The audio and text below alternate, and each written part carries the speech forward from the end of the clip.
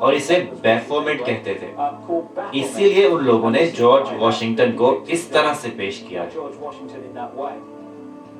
اب ہم ایک نظر ڈالتے ہیں ایلسٹر کرالی کے خاندان پر. ریسرچ کے مطابق 1924 میں ایلسٹر کرالی کا فرانس میں مس پولین سے معاشقہ ہوا تھا. بعد میں وہ امریکہ چلی گئی تھی جہاں ان کی باربرا نام کی بیٹی پیدا ہوئی. باربرا نے جارج نامی شخص سے شادی کی جس کا خاندانی نام بش تھا اور ان کے ہاں جو بیٹا پیدا ہوا انہوں نے اس کا نام جارج ڈبلیو بش رکھا. اس طرح یہ سمجھا جا سکتا ہے کہ ایلسٹر کرالی جارج ڈبلیو بش کے نانا تھے.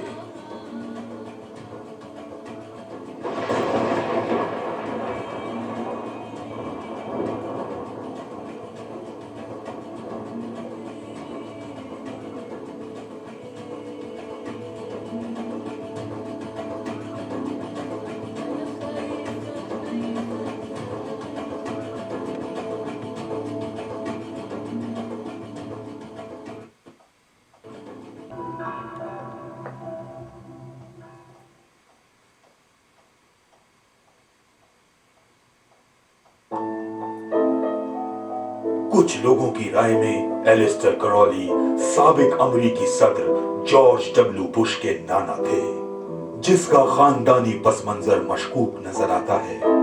دوسری طرف جارج بش کا دادا ٹریسی کیٹ بش اسکل اینڈ بونز کا ممبر تھا.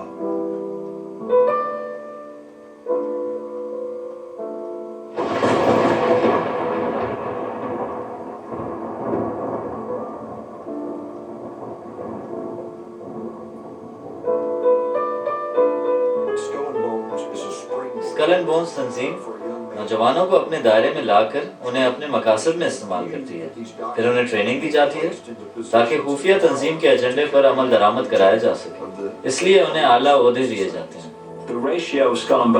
اسکل اینڈ بونز کے ممبران کو کیمرے کے پیچھے تعینات کرنے کی وسعت بہت زیادہ ہے.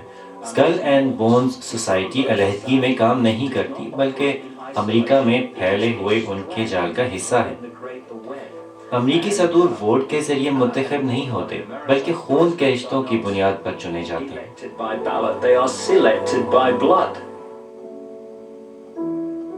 یہ سوسائٹی نہ صرف فری میسن سے منسلک ہے بلکہ شیطان کے چرچ سے بھی اس کا گہرا تعلق ہے.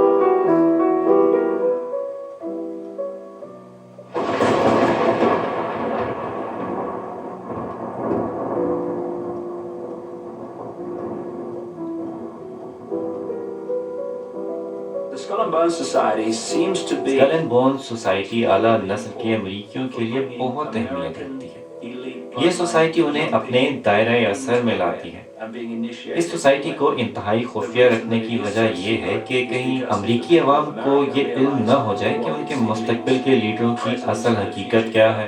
اور اگر انہیں یہ علم ہو جائے تو پھر امریکہ جیسی آزاد سرزمین کا تصور تو ان کے ذہنوں سے ختم ہو جائے گا. جارج ایچ ڈبلیو بش نے جب skill and bone society join کی تو ان کا ٹائٹل میگاگ تھا. یہ ٹائٹل دنیا کی تباہی کی کہانی کے لیڈر کا ہے جس نے اس تباہی میں اہم کردار ادا کیا تھا.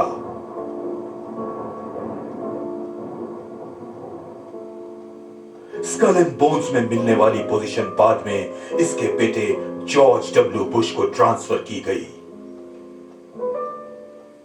آپ دونوں خفیہ سوسائٹی اسکل اینڈ بونز میں تھے. یہ خفیہ ہے، اس کے بارے میں بات نہیں کی جا سکتی. امریکہ کے لیے اس کی کیا اہمیت ہے؟ سازشوں پر یقین رکھنے والے تو یہ سن کر خوش ہو جائیں. مجھے یقین ہے وہ شدید رد عمل ظاہر کریں گے.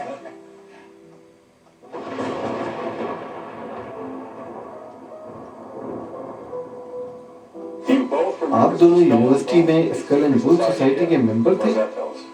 زیادہ نہیں کیونکہ یہ خفیہ تنظیم ہے.